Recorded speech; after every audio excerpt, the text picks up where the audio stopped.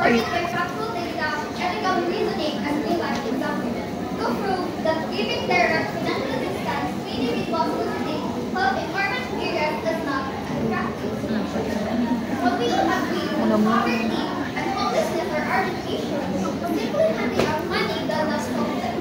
In fact, their representative stance creates dependencies, enables exploitation and fraud, that empower individuals to become self-sufficient.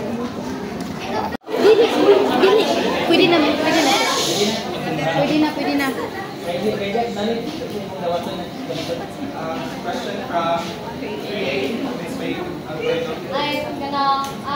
this question is i-ask na siya sa aming speaker, so I will just reiterate and clarify ang question. So this question is answerable by yes or no. So the question was about the Pantawid Pamilya program and the association with the evidence of the opposing counsel about the Bajau people. Your evidence was available.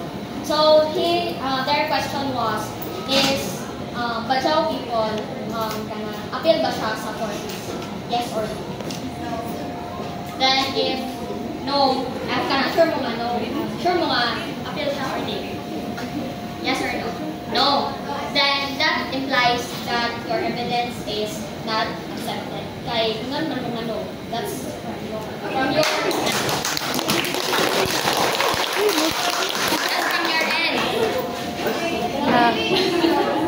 Baru.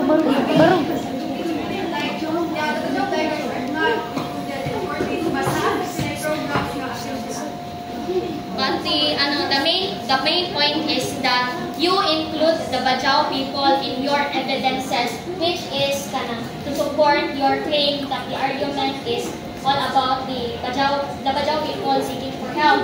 Then that claim is unacceptable because your evidences are contradicting with each other.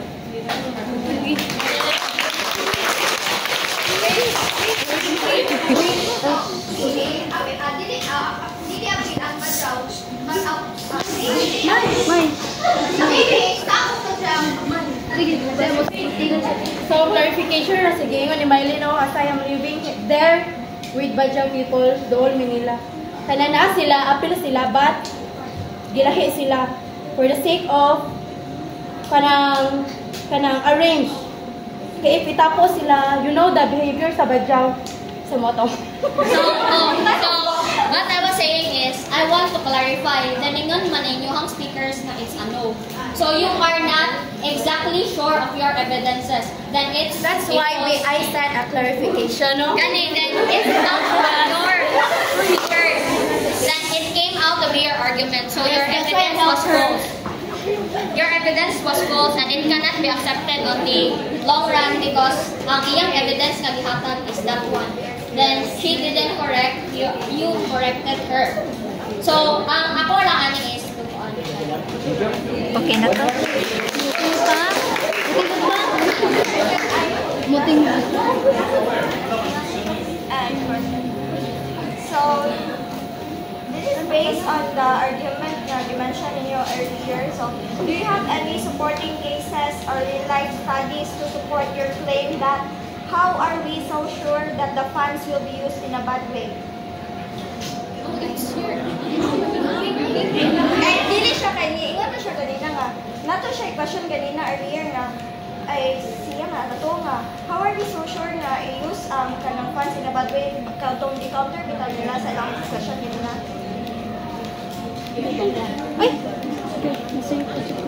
Then, kanang sunod ang question, kaya diba, how are we so sure will be used in a bad way? So, sunod ang question is, ay kanang palisumpay na question kay how will they manage the money when most of, like kasagaran good, like almost all sa mga beggars na nasa street is walay proper education?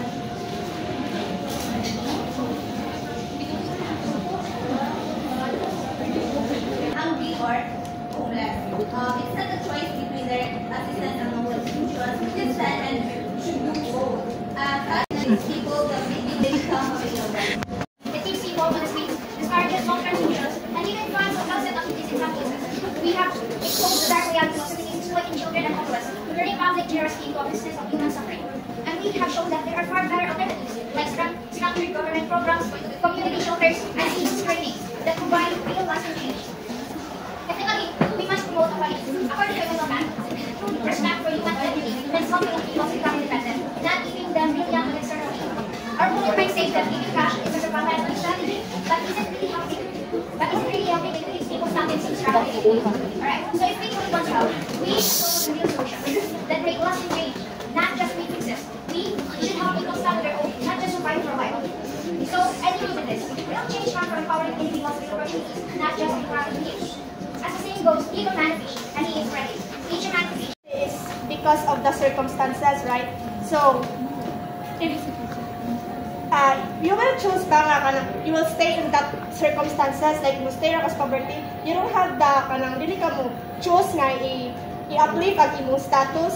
And then he also said that you need immediate needs, so short-term solution. So would you rather give a person a meal for a day or a way to sustain themselves for a lifetime?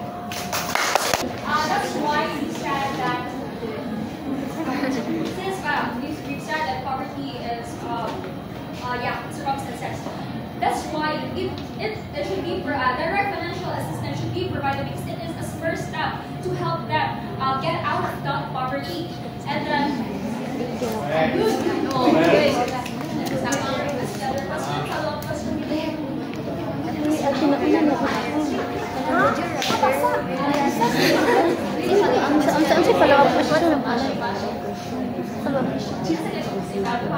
Would you rather give a person a meal for a day or a way to sustain themselves for a lifetime? yes, if that will make them get out of poverty, because if you provide direct financial assistance, So, pilihan nimo. No.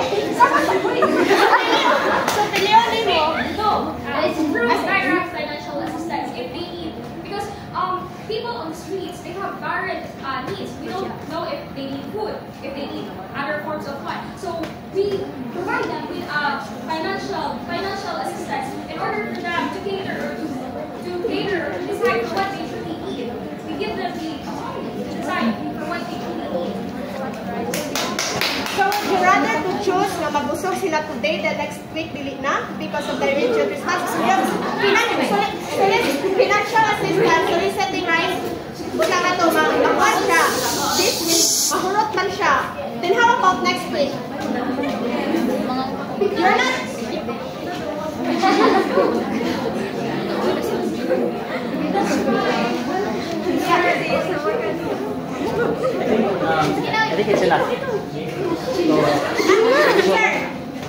Sa same side? This was the last one for that side. Kaya kapag time nga mga tag, may ka ng pizza ka. Other side?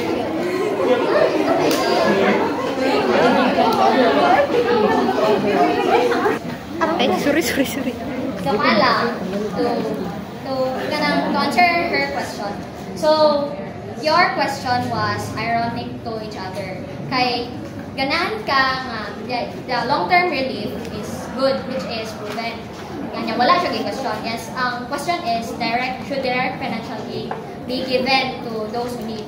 So the point is that you will give a meal today. Karon gigutom ang tao. So ikaw ako pangotanon. Karon gigutom ang tao. Nya ang imong i-propose is like ako ni dool ko sa usa ka tawo.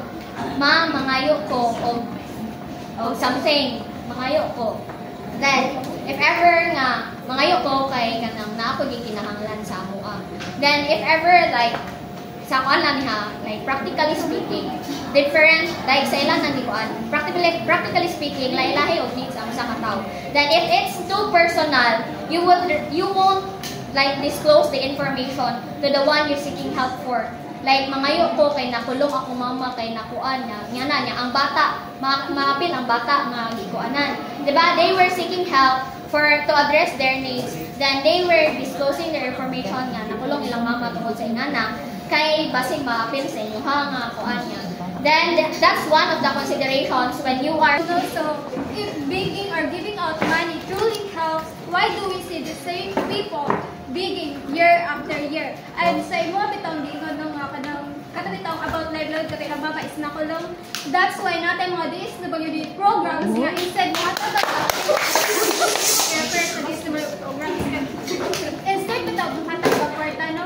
Mo bitaw na nay mga livelihood so mo to ang arguments is instead nga mo hatag kag direct cash imuhang i-refer sila sa mga kanang government agency which can truly help them nga makabarog sa ilahang TL instead nga kanang year ay kada adlaw na lang magsige na nagpangayo nga wala dili pa sila financial literate good dili sila educational ay educated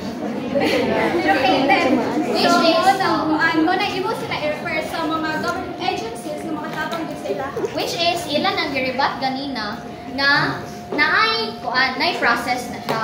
So, process na siya. Then, ang among ikuan is direct financial need. Ang argument na to is, should we give direct financial need sa nangayo nimo? Then, with your, muna akong question nimo is, muhatag ba ka or dili? So, you're saying nga di ka muhatag.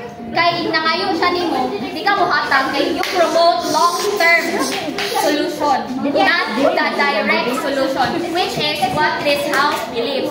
We provide direct financial need. That's why our argument is no, we do not support that one. Mabito na ingon may nga, we refer them to the government agencies na mo The DSWD requires papers.